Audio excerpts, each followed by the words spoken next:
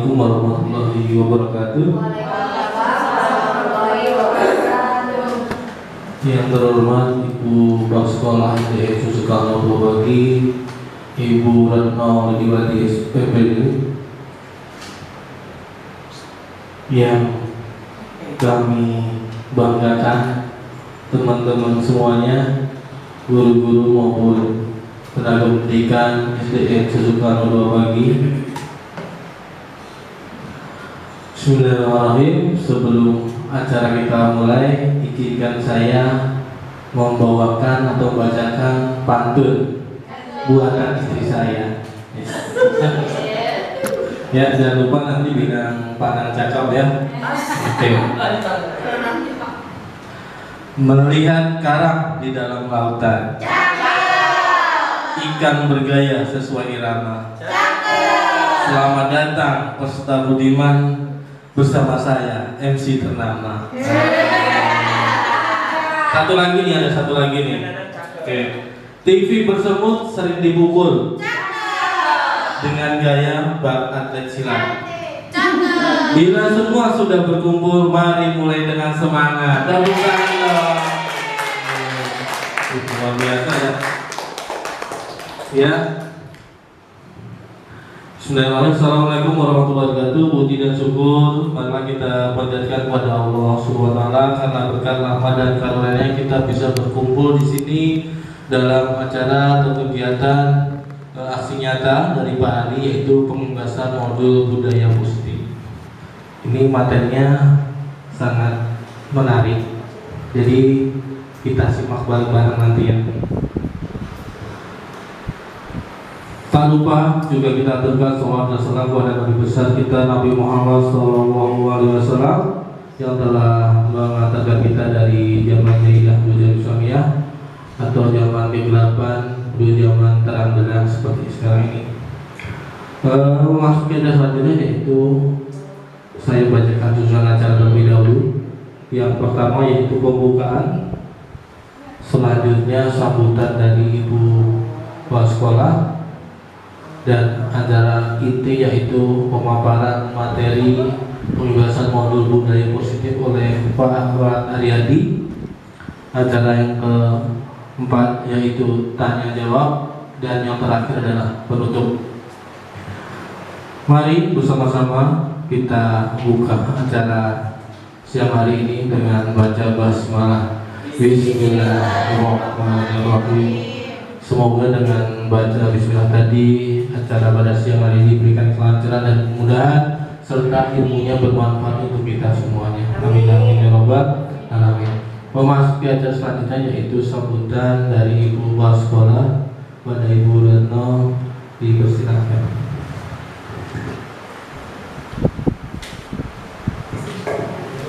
Bismillahirrahmanirrahim. Assalamualaikum warahmatullahi wabarakatuh.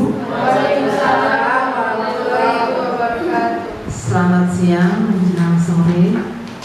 Salam sehat, sejahtera untuk kita semua. Yang kami hormati Bapak Hari sebagai calon guru penggerak CGP Angkatan 10. Yang kami hormati Bapak Ibu Guru khususnya SDN Susukarno Purwagi. Puji syukur alhamdulillah kita panjatkan kepada Allah Subhanahu wa taala, karena pada hari ini kita telah banyak diberikan nikmat. Di antaranya yaitu nikmat sehat, sehingga pada hari ini kita dapat bersama berkumpul dalam acara aksi nyata pengimbasan modul budaya positif. Aksi nyata ini sudah merupakan yang kedua kalinya, ya. Nanti tentunya materi ini akan disampaikan oleh Pak Hari, ya. Tentunya di SDN Susukarno 2 ini sudah ada beberapa guru yang telah menjadi guru penggerak di angkatan 5, angkatan 7, dan seterusnya. Sekarang Pak Hari angkatan 10, dan nanti yang akan menyusul insya Allah Bu Nova dan Bu Lia, dan seterusnya untuk teman-teman. Semoga nanti ada pendaftaran untuk guru penggerak, insya Allah nanti akan mengikuti. Ya, alhamdulillah Pak Hari sudah melaksanakan kemarin aksi nyata yang pertama, dan semoga hari ini juga dengan memberikan materi aksi nyata pengimbasan modul budaya positif tentunya nanti akan bermanfaat untuk kita semuanya. Semoga acara pada hari ini dalam aksi nyata berjalan dengan lancar, sukses, dan pengetahuannya dapat kita manfaatkan dalam tugas kita tupoksi sebagai pendidik. Terima kasih. Saya akhiri. Wabillahi taufiq wal hidayah. Assalamualaikum warahmatullahi wabarakatuh. Bu Nurwati sudah menyampaikan pesan dan pesannya untuk kita semuanya. Masuki acara inti yang kita tunggu-tunggu, yaitu pemaparan tentang aksi nyata pembebasan budaya positif oleh Pak Rahmat Haryadi. Sepertinya tidak perlu saya bacakan profil dari Pak Ari, sudah kenal semua ya. Jadi tidak perlu saya bacakan Pak Ari. Untuk mempercepat waktu atau waktu, langsung saja kita beri applause yang luar biasa untuk Pak Ari. Kepada Pak Ari, dipersilakan.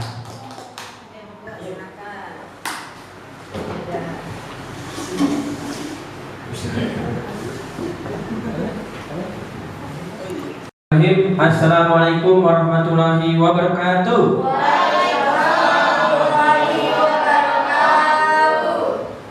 Allahumma sholli ala sayyidina Muhammad wa ala sayyidina Muhammad. Alhamdulillahi hamdan katsiran thayyiban mubarakan fi. Baik, Bapak Ibu semuanya, saya mengucapkan terima kasih atas kehadirannya ke ruang kelas ini dalam tujuan dalam pendidikan program guru penggerak saya, yaitu pengimbasan modul 1.4 budaya positif.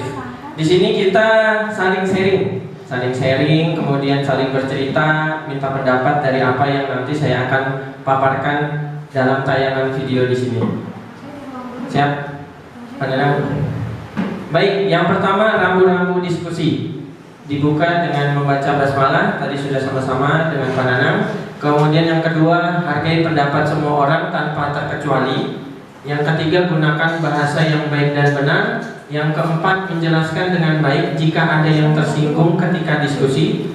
Yang kelima, diakhiri dengan hamdalah. Sepakat Bapak Ibu semuanya? Sepakat. Ada yang ingin menambahkan?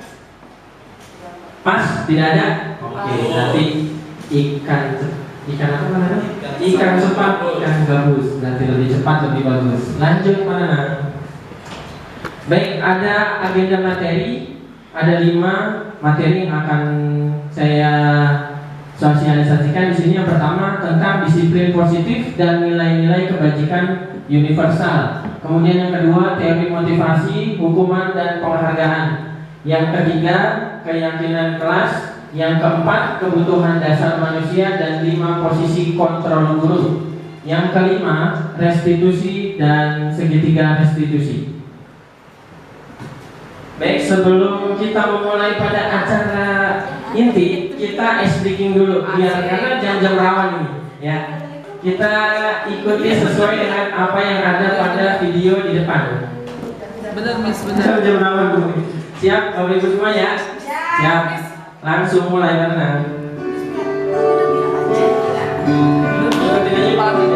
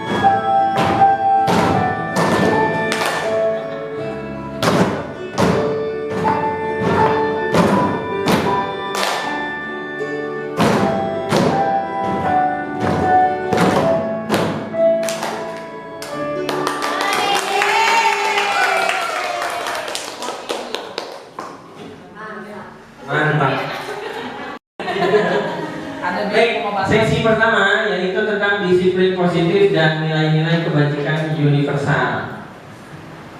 Tujuan khususnya pertama menjelaskan makna kontrol dan paparan teori kontrol dari Dr. William Glasser, menjelaskan makna disiplin positif dan mengamati penerapannya di lingkungannya, serta kaitan teori kontrol dengan 3 motivasi perilaku manusia. Menjelaskan pentingnya memilih dan menentukan nilai-nilai kebajikan yang akan diyakini dan disepakati seluruh warga sekolah, sehingga kelak tercipta sebuah kegiatan yang positif. Menjelaskan dan menganalisis teori motivasi intrinsik yang dituju serta menerapkannya dalam kehidupan sehari-hari di lingkungannya. Kemudian yang terakhir menjelaskan konsep hukuman dan penghargaan dan konsep pendekatan restitusi. Lanjut. Nah, Bapak Ibu, ada 3 pertanyaan pemantik. Apakah Anda setuju dengan pernyataan ini? Pernyataan pertama adalah 1. Hukuman dapat mendisiplinkan anak. Bagaimana menurut pandangannya Bapak Ibu? Ada yang ingin menjawab? Nomor 1. Iya, Miss Pia tuh mau jawab ya. Oh, Miss Pia.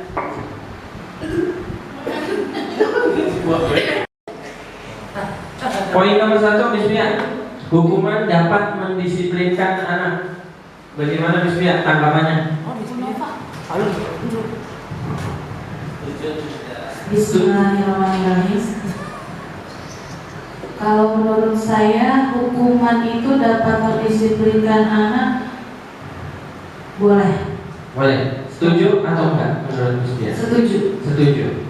Oke, baik. Kemudian ada pertanyaan yang kedua. Memberi hukuman dengan hal positif seperti membaca atau membersihkan halaman sekolah dapat meningkatkan disiplin anak. Silakan kepada Bu Nova, tanggapannya gimana untuk nomor 2? Nomor 2, memberikan ya Pak? Ya. Memberikan hukuman dengan hal positif seperti membaca atau membersihkan halaman sekolah dapat meningkatkan disiplin anak. Ini ada atau itu maksudnya gimana Pak? Pilih salah satu boleh nggak? Ya, boleh salah satu. Boleh. Jadi kalau menurut saya, kalau untuk membaca hukumannya boleh. Kenapa? Karena dia nanti akan dapat tambahan ilmu dari pembaca tersebut. Tapi kalau membersihkan halaman sekolah saat zaman sekarang tuh beda dengan zaman dulu. Kalau untuk zaman sekarang itu kurang apa ya namanya? Kurang pas karena tidak membimbing dan mendidik anak. Tapi yang mana kalau membersihkan halaman sekolah itu bukan tanggung jawab untuk peserta didik, melainkan untuk menjaga sekolah. Itu ya Pak. Jadi kurang pas yang kalau untuk membaca ya kami setuju. Oke. Siap, terima kasih Bu Nova. Bungkus. Pertanyaan nomor 3. Nomor 3, memberi penghargaan dapat meningkatkan motivasi belajar anak. Baik dari Bu Haji Kusum. Amin. Ya, saya setuju. Jadi karena dia diberi penghargaan, maka anak itu akan bermotivasi untuk belajar lebih giat lagi. Jadi misalnya kita kasih hadiah, tidak usah ini ya dengan pujian atau misalnya bagus atau pintar gitu ya, atau mungkin diberi coklat apa-apa gitu ya jika dia menjawab pertanyaan atau mengerjakan pekerjaan dengan baik. Baik, terima kasih. Jawaban luar biasa Bu Kusum. Jadi memang yang paling sederhana itu dari lisan kita sendiri ya Bu Kusum. Sebagai seorang pendidik bisa kamu pintar, ya kan, kamu hebat, gitu kan. Jangankan anak kecil, kita pun sebagai orang yang dewasa pasti senang kalau dibilang kayak gitu. Pasti senang. Oke, terima kasih sudah menjawab pertanyaannya. Ini nanti akan dikaitkan dengan apa yang akan saya sampaikan dalam slide yang ada di depan. Lanjut Pak Nam, bungkus. Nah ini luar biasa, banyak banget ini. Ini ada disiplin positif, teori kontrol pilihan dari Dr. William Glasser. Yang pertama, biar kelihatan pendengar yang sebelah kiri kali ya. Nah ya, digeser aja. Nah ya, Anda tidak bisa mengontrol orang lain, hanya Anda yang bisa mengontrol diri Anda. Kita nggak pernah bisa mengontrol orang lain, tapi kita yang bisa mengontrol diri kita. Kemudian makna disiplin, belajar kontrol dengan menggali potensi diri kita agar mencapai tujuan yang mulia. Kemudian sebelahnya ada teori motivasi. Kemudian ada 5 posisi kontrol, 5 kebutuhan dasar manusia, nilai-nilai kebajikan universal, segitiga restitusi, dan keyakinan kelas. Lanjut Pak Nanang. Oke.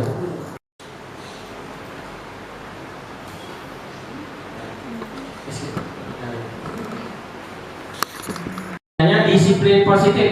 Disiplin positif adalah pendekatan dalam mengelola perilaku individu, terutama anak-anak, dengan mengedepankan pemahaman, empati, dan komunikasi yang baik. Pendekatan ini berfokus pada memberikan pengarahan, panduan, dan konsekuensi yang sehat untuk mengajarkan individu tentang tanggung jawab dan akibat dari tindakan mereka. Lanjut, pentingnya disiplin positif. Yang pertama di sini, pembelajaran menjadi lebih efektif. Yang kedua, pengembangan empati. Yang ketiga, pembentukan karakter yang kuat. Kemudian yang keempat, pencegahan perilaku negatif. Dari keempat ini memang sangat penting sekali adanya disiplin positif. Lanjut, mana? Apa makna nilai-nilai kebajikan atau kebaikan yang di sini? Nilai-nilai kebajikan yang ingin dicapai oleh setiap anak Indonesia itu kita kenal dengan profil pelajar Pancasila yang sama-sama kita telah ketahui. Ada 6 aspek. Yang pertama, beriman bertakwa kepada Tuhan Yang Maha Esa dan berakhlak mulia. Yang kedua, mandiri. Yang ketiga, bernalar kritis. Keempat, berkebinekaan global. 5, bergotong royong. 6, kreatif. Kendala dalam penerapan disiplin positif. Ini ada beberapa kendala. Yang pertama, kesabaran dan konsistensi. Yang kedua, pengetahuan dan keterampilan. Yang ketiga, resistensi dari individu tersendiri. Jadi resistensi itu tidak konsisten terhadap apa yang sudah menjadi sebuah aturan dalam lingkungan sekolah atau lingkungan lembaga tersebut. Baik, masuk ke sesi 2. Ada teori motivasi, hukuman, dan penghargaan. Kita bangun lagi ice breaking. Lanjut. Selamat. Ikut di sini ya. Siap. Siap ya. Siap mana?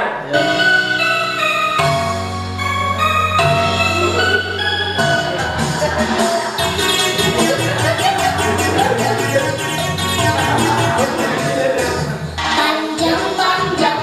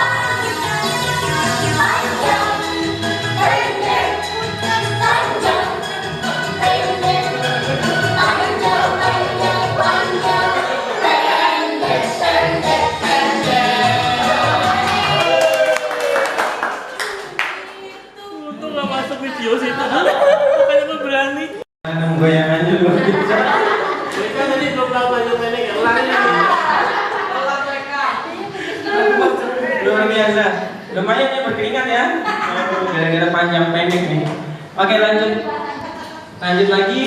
Apa yang menyebabkan Bapak Ibu bersedia mengikuti kegiatan pengimbasan pendidikan guru penggerak modul ini? Pertama, ada teori motivasi perilaku manusia untuk menghindari ketidaknyamanan atau hukuman. Apa yang akan terjadi apabila saya tidak melakukannya? Itu disebut motivasi eksternal. Kemudian yang kedua, untuk mendapatkan imbalan dari orang lain atau institusi. Apa yang akan saya dapatkan apabila saya melakukannya? Itu juga disebut motivasi eksternal yang ada di luar dari diri kita. Kemudian yang ketiga, untuk menghargai diri sendiri, motivasi internal. Nah, itulah tujuan dari disiplin positif itu sebenarnya harus ada dari internal dalam diri kita sendiri. Nilai apa yang kita percaya sehingga kita bisa melakukan sebuah disiplin positif secara konsisten tanpa adanya pengaruh dari orang lain.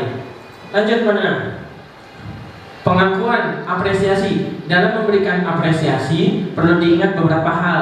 Yang pertama, secara khusus, secara pribadi kepada semua murid atau bergantian, secara konsisten atau fokus pada proses.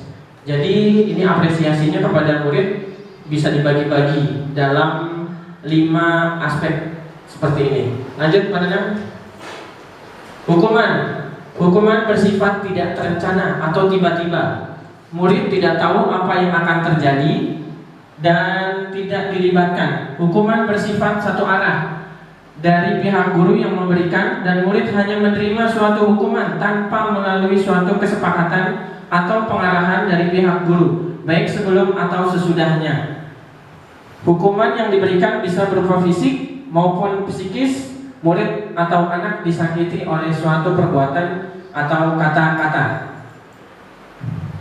Kemudian ada namanya konsekuensi. Konsekuensi itu terjadi dalam bentuk yang sudah terencana atau sudah disepakati, sudah dibahas dan disetujui oleh murid dan guru.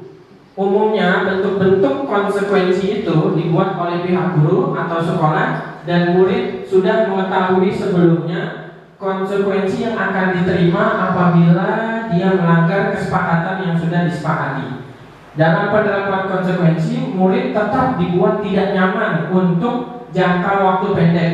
Konsekuensi biasanya diberikan berdasarkan suatu data, umumnya dapat diukur. Misalnya setelah 3 kali tugasnya tidak diselesaikan pada batas waktu yang diberikan, murid melakukan kegiatan di luar kegiatan pembelajaran, misalnya mengobrol, maka murid tersebut akan kehilangan waktu bermain dan harus menyelesaikan tugas karena ketertinggalan materinya. Peraturan dan konsekuensi yang mengikuti ini sudah diketahui sebelumnya oleh murid. Sikap guru di sini senantiasa memonitor murid. Jadi intinya sebelum tahun ajaran baru biasanya kita selalu membuat kesepakatan kelas antara siswa dan murid. Bagaimana bila dia tidak mengerjakan PR, bagaimana apabila dia tidak melaksanakan tugas piketnya, kemudian tidak mengikuti eskul dan lain-lain. Dan biasanya itu ada hukumannya apa, konsekuensinya apa gitu. Kalau hukuman tadi itu secara tiba-tiba, kalau konsekuensi itu yang sudah disepakati kemudian dia melanggarnya, setelah melanggarnya ada konsekuensi akibat dari perbuatan apa yang dia sudah lakukan. Sesi ketiga yaitu keyakinan kelas. Oke. Menganalisis pentingnya memiliki keyakinan sekolah atau kelas sebagai fondasi dan arah tujuan sebuah sekolah atau kelas yang akan menjadi landasan dalam memecahkan konflik atau permasalahan di dalam sebuah sekolah atau kelas. Tahapan-tahapannya ada 1, 2, 3, 4, 5, dan 6. Lanjut pada. Di sini saya sudah melakukan aksi nyata disiplin positif, dan ini juga yang dilaporkan di modul topik disiplin positif pada PMM. Ya, cuman sertifikatnya masih menunggu validasi. Belum dapat sertifikatnya. Ini ada proses pembuatan kesepakatan kelas. Jadi kita memberikan pengetahuan kepada anak-anak apa itu kesepakatan kelasnya, apa itu aturan-aturan yang harus kita sepakati selama 1 tahun ke depan, gitu. Lanjut pada proses pembuatan keyakinan kelas atau kesepakatan. Jadi anak-anak menuliskan sendiri kesepakatannya apa. Misalkan tidak boleh memotong pembicaraan orang lain, tidak boleh membuang sampah sembarangan. Di sini siswa menuliskan apa yang menjadi keyakinan pada diri masing-masing. Tentunya keyakinan itu adalah nilai-nilai yang baik yang ingin dia munculkan dalam kelas tersebut. Kemudian berdiskusi untuk merumuskan keyakinan kelas. Nah, setelah seluruh siswa menuliskan keyakinannya yang sudah dia tuliskan di papan tulis, kemudian kita berdiskusi. Ini adalah foto rangkuman hasil diskusi dari keyakinan atau kesepakatan kelas. Lanjut. Ini juga ada umpan balik dari peserta didik. Jadi dari beberapa peserta didik saya mengambil 3 peserta untuk menuliskan umpan baliknya. Lanjut, Pak Nanang. Umpan balik di sini juga ada beberapa pertanyaan yang harus dijawab dari peserta didik. Ada 3, kemudian ada 3 lagi, ada 6. Jadi saya mengambil 6, tadi fotonya hanya 3. Sesi keempat, kebutuhan dasar manusia dan 5 posisi kontrol guru. Oke, baik Bapak Ibu semuanya, menurut saya ini video penting banget ya. Kenapa saya bilang penting? Karena ini akan melihat sejauh mana posisi kita, kontrol kita terhadap diri kita itu, terhadap siswa itu seperti apa. Baik, sama-sama kita saksikan video yang ada di depan. Kita sendiri pernah mengalaminya, dan kita menemukan guru yang punya karakter seperti ini, kontrol. Lihat.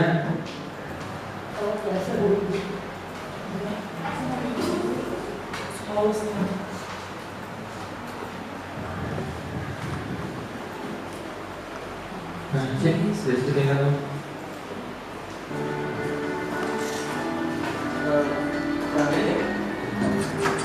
Sana, kamu keliling lapangan basket 2 kali. Kenapa saya harus keliling lapangan basket, Bu? Kenapa? Kamu melawan ibu. Berani-beraninya jawab.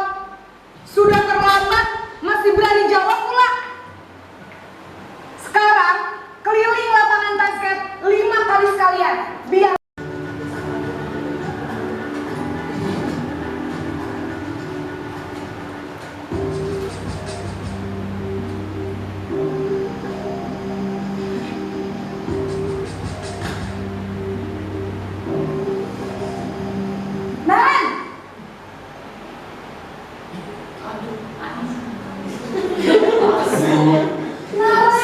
Naren, kamu kenapa terlambat lagi, Nak? Ya Tuhan, Naren, kamu senang ya bikin ibu susah ya? Kalau kamu terlambat lagi, nanti ibu yang ditegur bapak kepala sekolah, Nak. Disangka ibu tidak bisa membina kamu. Duh, gimana ini?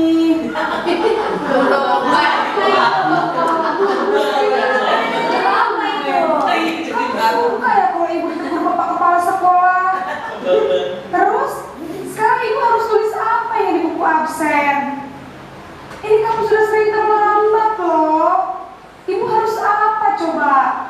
Maaf, Bu. Maaf sekali.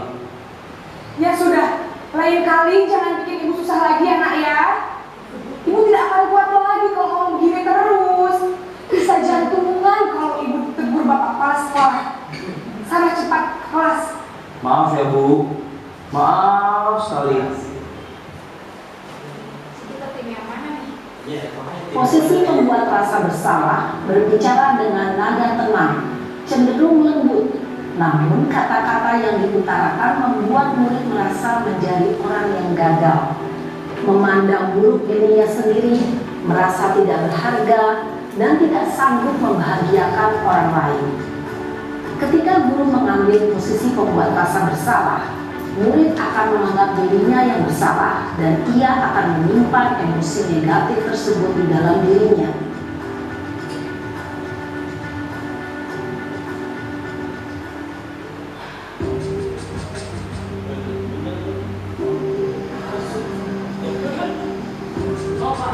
Dimarahin lagi.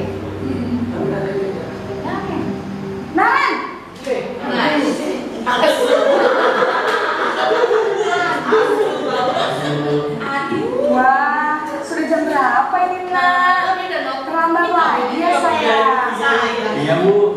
Habis ibu saya lupa bangunkan saya, Bu. Kamu malah menyalahkan ibu kamu. Kamu bukannya anak yang paling kencang. Kok terlambat sih? Iya, Bu. Saya memang terlambat bangun tadi. Jadi biarpun saya lari kencang, tetap gak kekejar, Bu. Ya sudah sana. Nanti lain kali larinya lebih kencang lagi ya. Lagi. Demi ibu. Bisa kan? Bisa lah, Bu. Ya sudah sana masuk kelas. Biar ibu beresin urusan absen kamu. Kamu ini ada-ada saja. Dalam posisi teman, guru berbicara dengan nada suara ramah, akrab, cenderung bersenda gurau untuk menjaga suasana tetap santai. Murid akan merasa senang, aman, dan akrab dengan guru. Identitas yang tercipta adalah identitas sukses atau berhasil.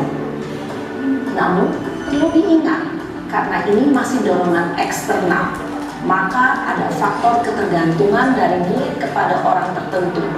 Di sini, guru absennya, sehingga di lain waktu, murid bisa berperilaku baik, namun hanya kepada orang-orang tertentu saja.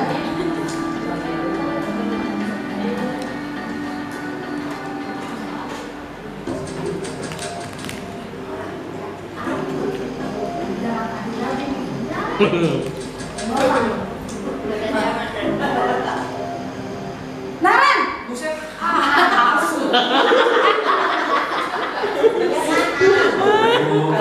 Naren, apa peraturan sekolah kita tentang jam berapa kita harus masuk sekolah, nah? Kita harus di sekolah jam 7, Bu. Iya betul, sekarang sudah jam 7.20. Naren sudah tahu konsekuensinya jika terlambat hadir.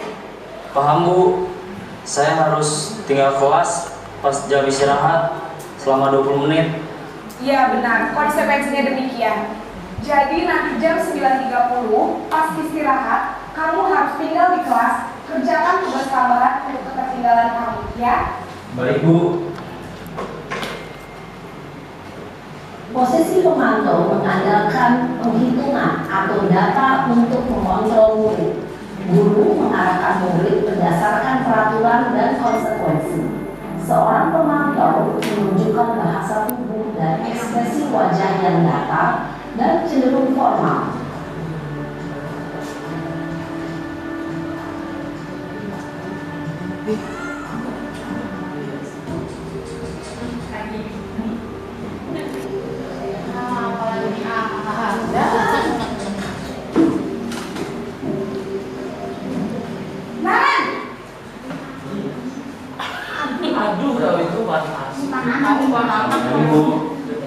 Selamat pagi, Naren.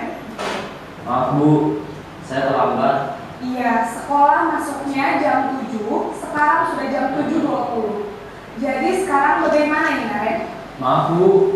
Saya lupa start alarm saya semalam. Baiklah, menurut kamu, keyakinan sekolah yang mana yang perlu kamu tingkatkan?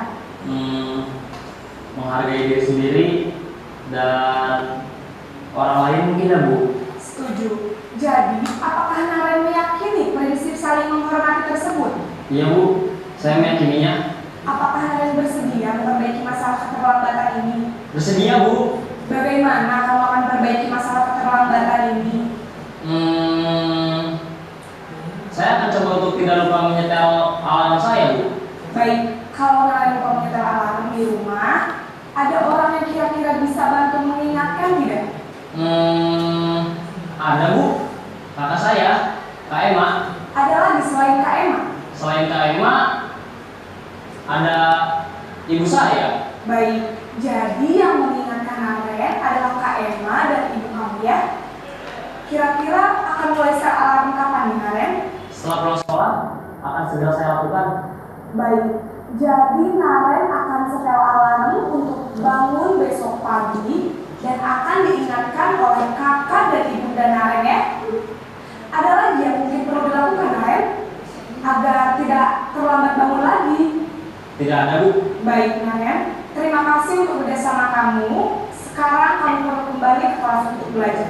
Baik, Bu. Terima kasih.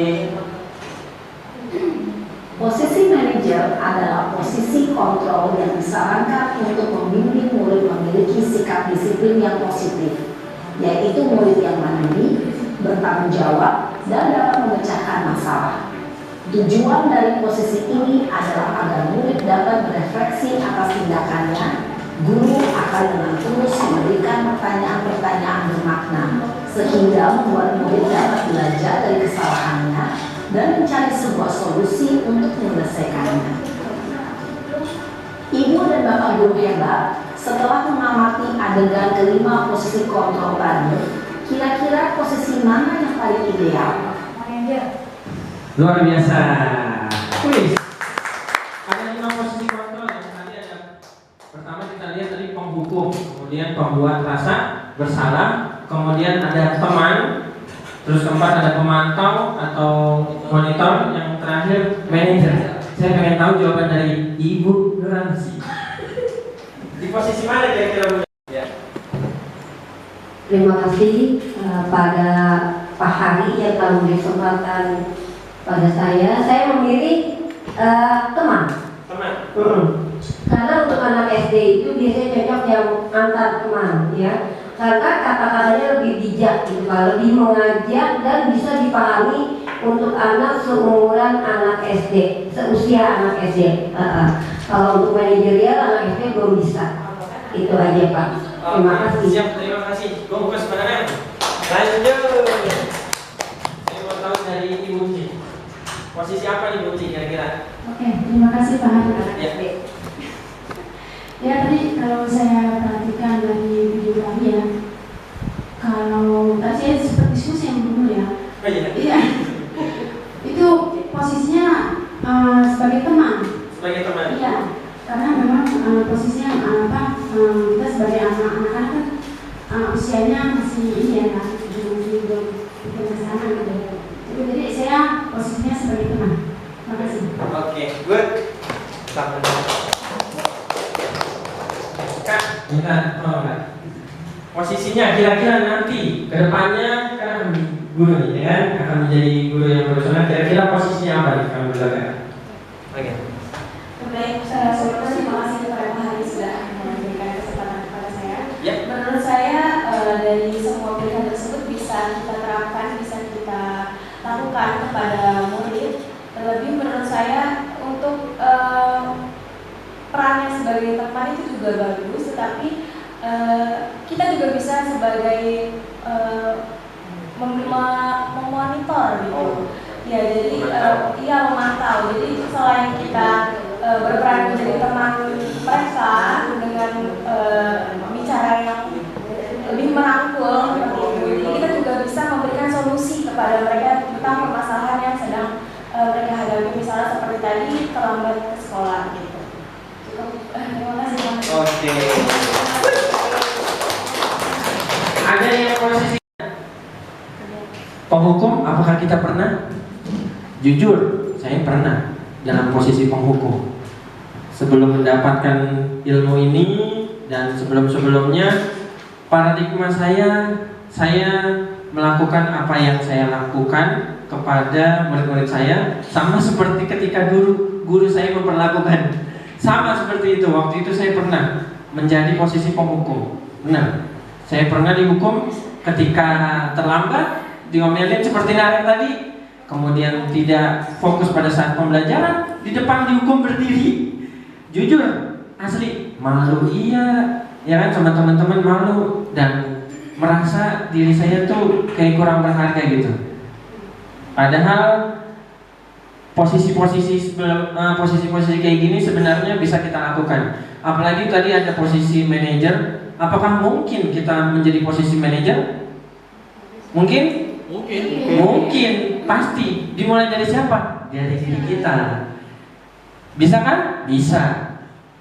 Suatu kebiasaan kayak begini, ini harus kita munculkan agar kita juga memiliki disiplin dan budaya positif, dan tentunya demi kemajuan sekolah dan pendidikan di Indonesia.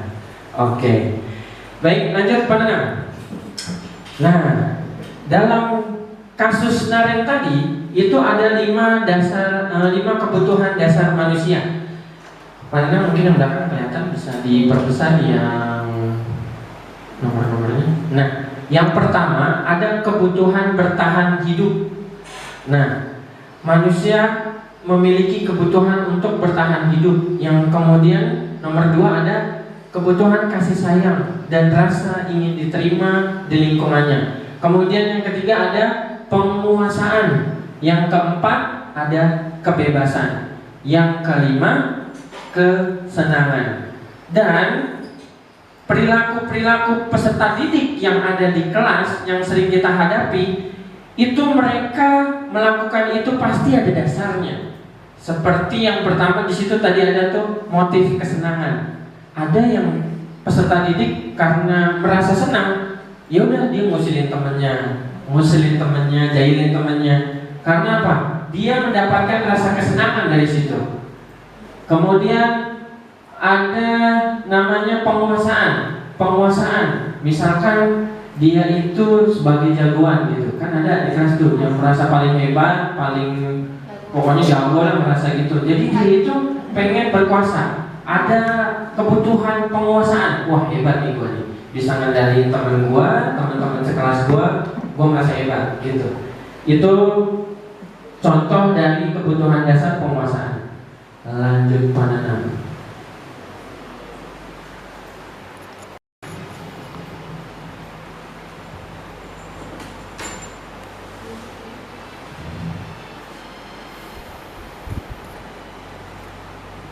Ini tadi 5 posisi kontrol ini diambil dari Diane Gosen dalam bukunya Restructuring School Discipline. Maaf bahasa Inggrisnya kurang bagus.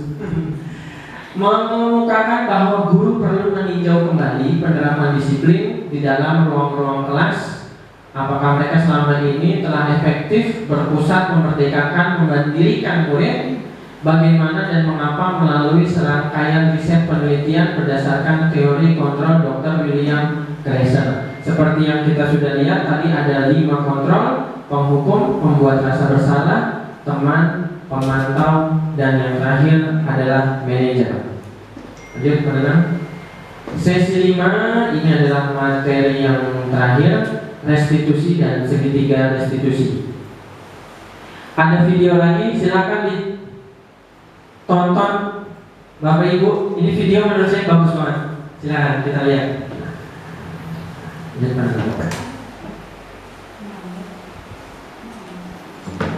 Siapin tisu.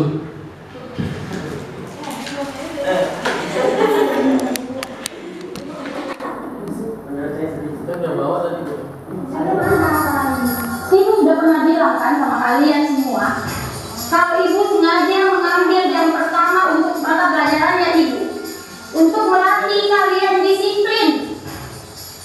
Kalian tahu kan peraturannya ibu? Kalau ibu tidak akan mulai pelajaran kalau masih ada yang terlambat.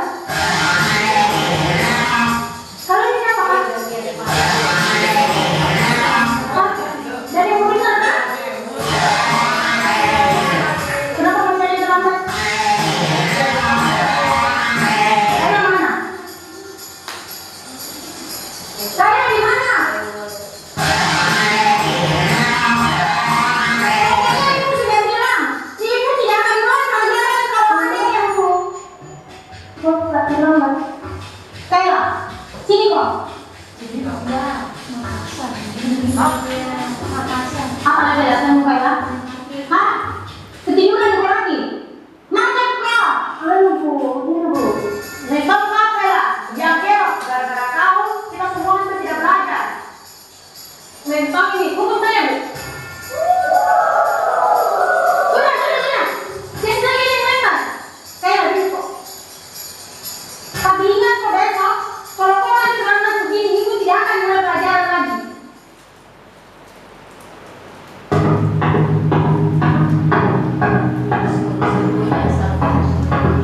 Selamat pagi anak-anak.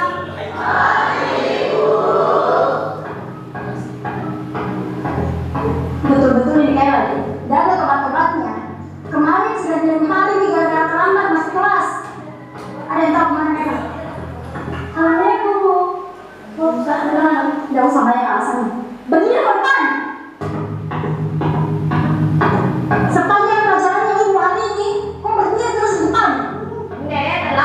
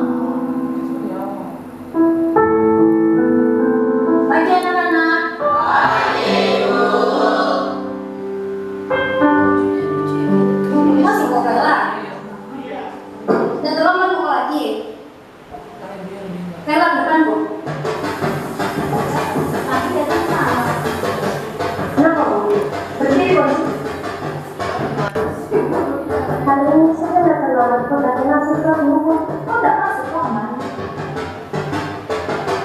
Sekarang jelaskan kok kepada kita semua di sini, kenapa kok selalu terlambat dan malam kemarin kok nggak masuk? Kayla, jelaskan kok. Bicara kok. Kayla. Maafkan tak teman-teman, karena gara-gara saya kalian semua nggak belajar. Hari pertama saya terlambat karena rumahku belum berdana.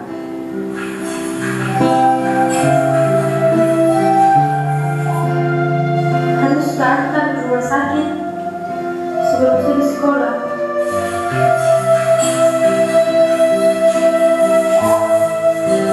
Hari kedua saya terlambat ke sekolah karena harus ke rumah sakit selalu makan dengan mamaku baru saya di sekolah. Hari ketiga kebalik saya tidak masuk sekolah.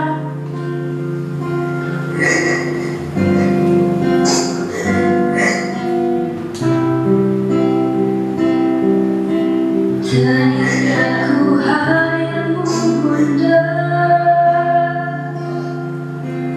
manjakanku di kecil dulu.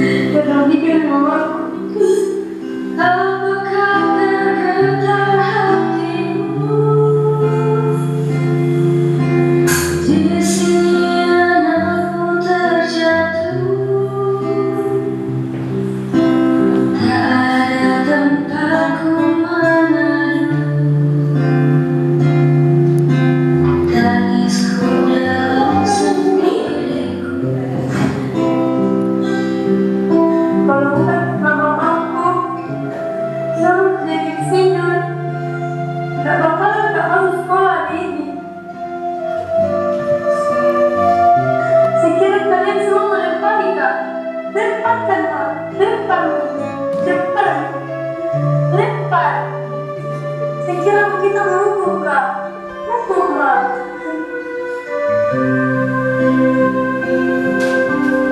Apakah tergetar hatimu? Di sini anakku terjatuh, rinduku hadirmu oh bunda. Tidurkanku dalam pelukmu. Sabira juga. Enggak usah Sabira.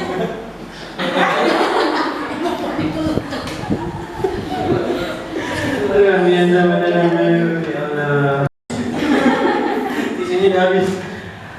Baik, sebentar sebelum itu kita mau tahu dulu nih tanggapan dari video tersebut dari Ibu Sabira.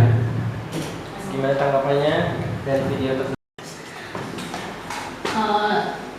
Mungkin dari siswanya yang pertama ya, dia terlambat, berusaha untuk datang tapi nggak sempat untuk ngabarin, tapi teman-temannya berpikirnya negatif karena dia mungkin telat ya. Salah juga sih sebenarnya ya, itu yang anak tadi nggak kasih alasan, tapi udah keburu ditempel juga ya. Terus apalagi ya Pak, saya juga Bebas, udah. Mungkin dari gurunya juga harus sabar menghadapi murid seperti itu. Contohnya juga saya sih sering terlambat ya Pak. Gak apa-apa. Apalagi ya? Kira-kira menurut Bu Safira ada di posisi apa tuh guru itu? Kontrolnya posisi apa? Emosi. Penghukum, merasa bersama teman. Penghukum. Kalau teman-teman tidak seperti itu, dia harus menanyakan dengan hati tenang. Iya betul. Hatinya tenang, terus menanyakan dengan baik kenapa dia terlambat, tapi dia hanya ingin menghukumnya, tidak menanya dengan baik. Yes. Kita bisa lihat dari video yang tadi sudah diperlihatkan bahwasanya guru tersebut posisi kontrolnya ada dalam posisi yang pertama, yaitu sebagai penghukum. Ya, dia tidak melihat bagaimana seorang murid tersebut telat itu kenapa, tidak diberikan kesempatan. Sama seperti video yang pertama tadi, Naren terlambat seperti apa, tapi langsung saja dihukum karena dia tidak melakukan suatu mungkin aturan kesepakatan yang sudah dibuat di kelas. Memang aturan harus ditaati gitu, harus ditaati. Tapi juga di aturan itu pastinya ada konsekuensi, ya kan, ada konsekuensi. Harusnya guru jangan hanya posisi sebagai penghukum saja, tetapi sebagai manajer juga seperti yang tadi sudah disampaikan. Jadi melihat bagaimana siswanya itu kebutuhan apa sebenarnya yang siswa butuhkan sehingga dia bisa terlambat seperti itu. Dia melakukan, Kayla melakukan itu karena kan ada kebutuhan apa? Rasa kasih sayang terhadap ibunya. Jadi dia melakukan itu sehingga dia harus terlambat datang ke sekolah. Baik, terima kasih Bu Samira atas tanggapannya. Langsung kita menuju kepada restitusi. Restitusi adalah sebuah proses menciptakan kondisi bagi murid untuk memperbaiki kesalahan mereka sehingga mereka bisa kembali kepada kelompok mereka dengan karakter yang lebih kuat. Restitusi juga merupakan proses kolaboratif yang mengajarkan murid untuk mencari solusi untuk menyelesaikan masalah mereka dan membantu murid untuk berpikir tentang orang seperti apa yang mereka ingin jadi atau tujuan yang mulia, bagaimana mereka harus memperlakukan orang lain. Restitusi tidak hanya melibatkan murid, tapi juga menumbuhkan kontrol diri kepada anak untuk menyadari kenapa mereka melakukan sebuah tindakan dan tindakan apa yang seharusnya dia lakukan agar lebih baik. Lanjut, Pak Nanang.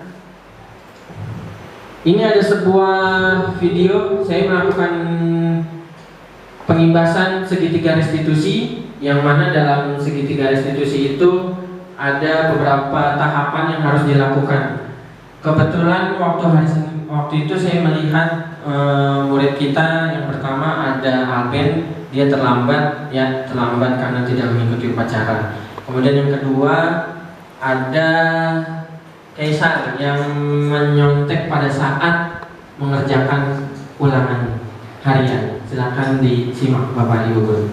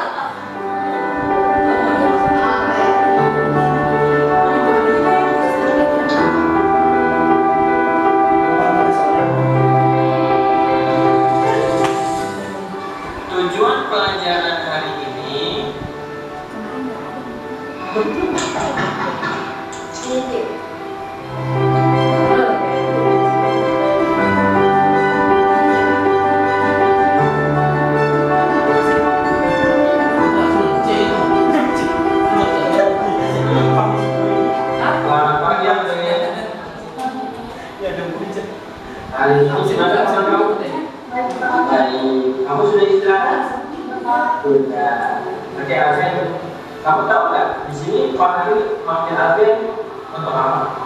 Tidak tahu. Tidak tahu. Jadi Pak Hari mau nanya kamu tadi datang ke sekolah jam berapa? 6.45. Oke.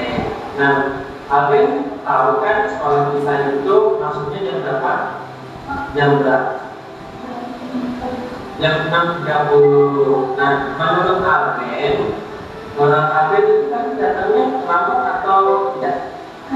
Terlambat. Menurut Alvin itu perbuatan yang baik atau tidak baik? Di sini kan apa? Tidak. Nah, di sini Pak Ali bukan mencari siapa yang salah. Pak Ali juga pernah terlambat datang menghadiri suatu acara, kan? Nah, Alvin pasti punya alasan kuat kenapa kan bisa terlambat. Karena main game dan lain sampai waktu main game sampai jam berapa? Jam 11 malam. Nah, menurut Alvin perbuatan Alvin itu benar atau salah? Salah. Kenapa kalau salah? Karena sampai lupa waktu. Oke. Nah, Alvin sendiri masih ingat nggak dengan keyakinan kelas yang sudah kita buat? Masih. Apa itu? Tepat waktu dan disiplin. Ya. Nah, Alvin sendiri yakin nggak dengan nilai-nilai itu? Harus tepat waktu dan harus disiplin. Yakin. Nah, oke, kalau memang yakin, Alvin harus apa biar nggak terlambat? Ini solusinya. Iya, kayak gimana?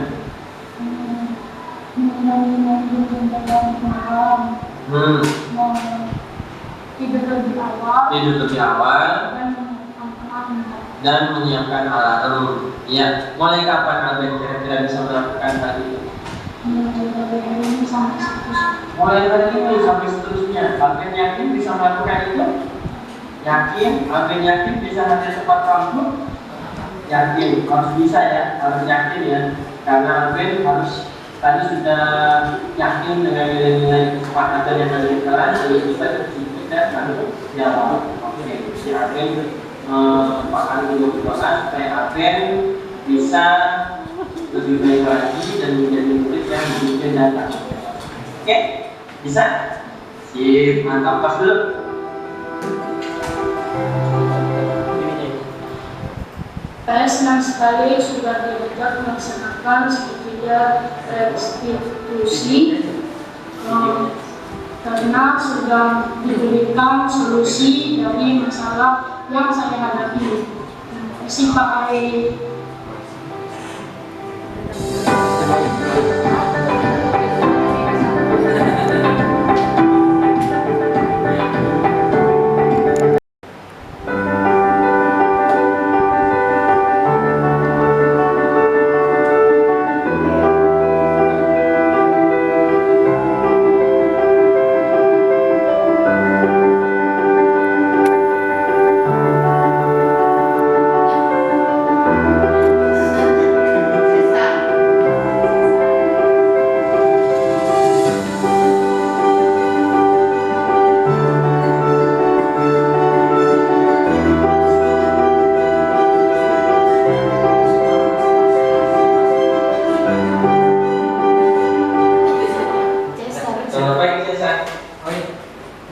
Baik Bapak Ibu, itu adalah contoh dua kasus yang saya terapkan untuk kedua murid saya melalui tahapan segitiga restitusi. Dari situ saya berusaha belajar dan berlatih untuk menjadi di posisi paling nomor 5, yaitu manajer, dengan menggunakan data. Seperti tadi ditanyakan kepada Alvin masuk jam berapa, 6.30, ternyata dia datang jam 6.45. Sama seperti kasus Alvin yang tadi, di sini saya juga berusaha sebagai posisi manajer kepada Cesar menanyakan kenapa alasannya dia menyontek pada saat penilaian harian. Ternyata alasan kuatnya adalah karena tidak belajar. Ya, karena tidak belajar. Baik, lanjut Pak Nanang. Baik, ini adalah budaya positif, adalah nilai-nilai keyakinan keyakinan dan kebiasaan-kebiasaan di sekolah yang berpihak pada peserta didik agar peserta didik dapat berkembang menjadi pribadi yang kritis, penuh hormat, dan bertanggung jawab. Baik, di sini ada beberapa lingkaran. Kelihatan nggak benar? Yang paling umum itu adalah kelas, di mana kita merubah kelas menjadi sebuah kelas yang penuh dengan keyakinan-keyakinan positif, budaya-budaya positif. Kemudian setelah kelas itu kita lakukan namanya kesepakatan dan keyakinan, di luar kelas itu mereka memiliki keyakinan. Jadi tidak hanya di dalam kelas, tetapi di luar kelas pun mereka mempunyai keyakinan, dan keyakinan itu timbul dalam dirinya masing-masing. Seperti hal yang tadi sudah disampaikan, anak tersebut membuat keyakinan, nilai-nilai baik apa yang saya yakini yang bisa merubah diri saya. Kemudian setelah mereka meyakini keyakinan tersebut, akan tercipta sebuah lingkungan positif, baik di lingkungan kelas, sekolah, ataupun lingkungan di rumahnya. Kemudian setelah tercipta lingkungan yang positif, akan tercipta pula budaya yang positif. Jadi budaya yang positif ini tentunya dimulai dari kelas kita masing-masing. Dan ini adalah tantangan bagi kita semua selaku guru, bagaimana kita menciptakan budaya positif itu muncul dalam diri anak. Jadi bukan karena anak itu takut merasa bersalah, tapi bagaimana nilai-nilai keyakinan itu muncul dari dalam diri mereka, sehingga akan tercipta budaya yang positif, yang baik, baik di kelas, di rumah, ataupun di lingkungan masyarakat. Baik Bapak Ibu semuanya, sekian dari saya. Kurang lebihnya mohon maaf. Wassalamualaikum warahmatullahi wabarakatuh.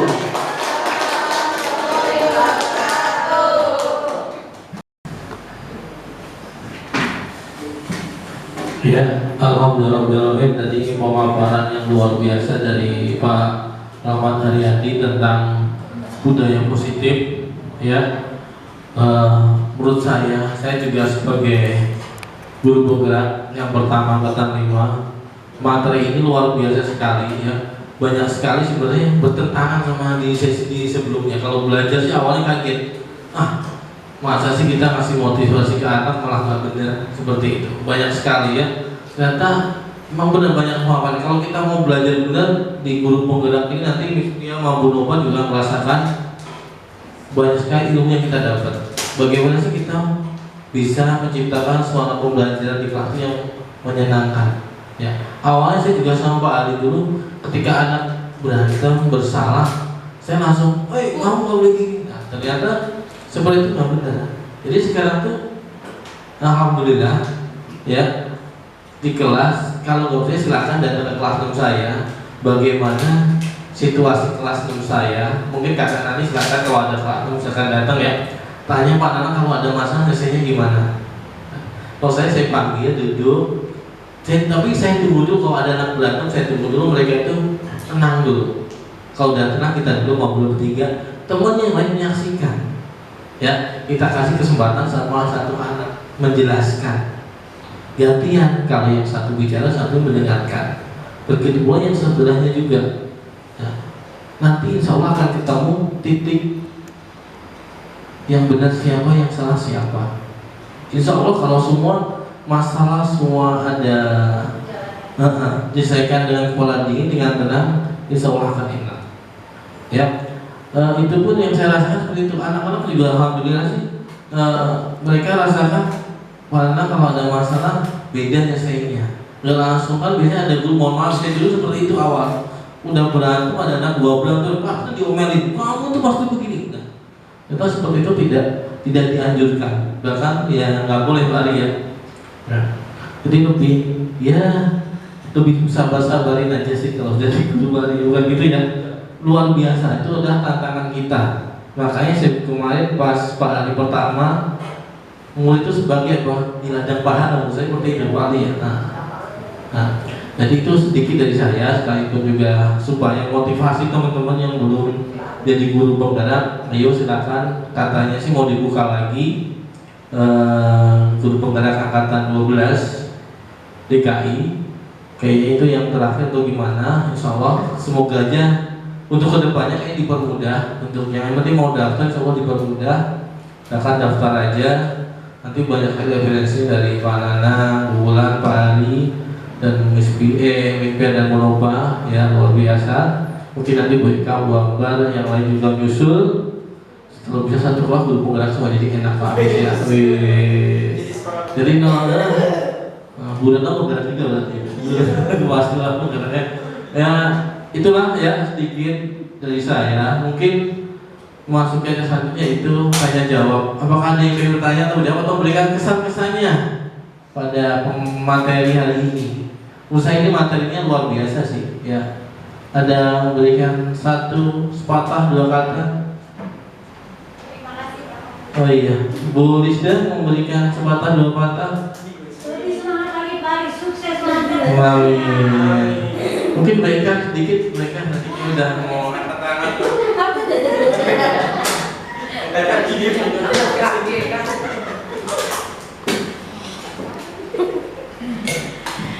Ya, untuk materi hari ini luar biasa ya Pak Ari ya, benar-benar emang membawa kita untuk lebih positif lagi ke depannya seperti itu. Dan apalagi dalam materi Pak Hari sampaikan itu banyak memotivasi juga buat kita semua untuk menjadi guru yang lebih baik lagi ke depannya seperti itu. Dan jadi guru yang menyenangkan juga untuk anak-anak. Paling itu aja yang saya sampaikan. Angkatan 12 ya, amin semuanya. Kakak-kakaknya juga ya lulus langsung ikut guru penggerak. Nah, siapa yuk? Pak Nana, please. Oke, mungkin itu yang bisa saya sampaikan sebelum menuju ke acara yang terakhir yaitu penutup. Mungkin bisa kita tutup dengan doa yang dipimpin oleh Bapak Hafiz. Ya, ini Ustadz ternama ya. Ustadz yang luar biasa, terkenal di RT-nya, ya. Di RT-nya terkenal lagi di luar ya, mungkin lebih terkenal ya. Yang lebih terkenal kepada Ustadz Pak Hafiz. Silakan. Assalamualaikum warahmatullahi wabarakatuh. Kemudian kita ada bagian pelajaran baru, yaitu menjadi guru yang tahu situasi, ya, harus kenal situasi, jangan langsung menjudge anak itu salah. Siapa tahu dia salah itu ternyata ada alasannya. Itu yang saya ambil hari ini, mudah-mudahan buat pelajaran kita semua. Akhirnya dengan baca doa, mudah-mudahan kita dijadikan Allah Subhanahu Wa Taala guru-guru yang profesional, guru-guru yang sabar, guru-guru yang sukses dunia akhirat, dan balasannya adalah surga Allah Subhanahu Wa Taala. Al-Fatihah. أعوذ بالله من الشيطان الرجيم بسم الله الرحمن الرحيم الحمد لله رب العالمين الرحمن الرحيم مالك يوم الدين إياك نعبد وإياك نستعين اهدنا الصراط المستقيم صراط الذين أنعمت عليهم غير المغضوب عليهم ولا الضالين آمين بسم الله الرحمن الرحيم الحمد لله رب العالمين حمدا يوافي نعمه ويكافئ مزيده يا ربنا الحمد كما ينبغي لجلال وجهك ولعظيم سلطانك اللهم صل على سيدنا محمد وعلى سيدنا محمد اللهم ارزقنا رزقا حلالا طيبا كثيرا مباركا فيه اللهم اجعلنا من اهل العلم واهل الخير واهل القران واهل السنه واهل الصلوات واهل النبي ولا تجعلنا واياهم من اهل الشر والضير ربي حب لي من الصالحين والعالمين ربي حب لي من الصالحين والعالمين ربي حب لي من الصالحين والعالمين ربي اغفر لنا ولوالدينا وارحمهما كما ربونا صغارا ربنا يا الله آتنا في الدنيا حسنة وفي الآخرة حسنة وقنا عذاب النار وصلى الله على سيدنا محمد وعلى آله وصحبه أجمعين والحمد لله رب العالمين. السلام عليكم ورحمة الله وبركاته. Waalaikumsalam warahmatullahi wabarakatuh. Terima kasih Pak Ustadz Hafiz. Itu dulu ya, udah tadi ya.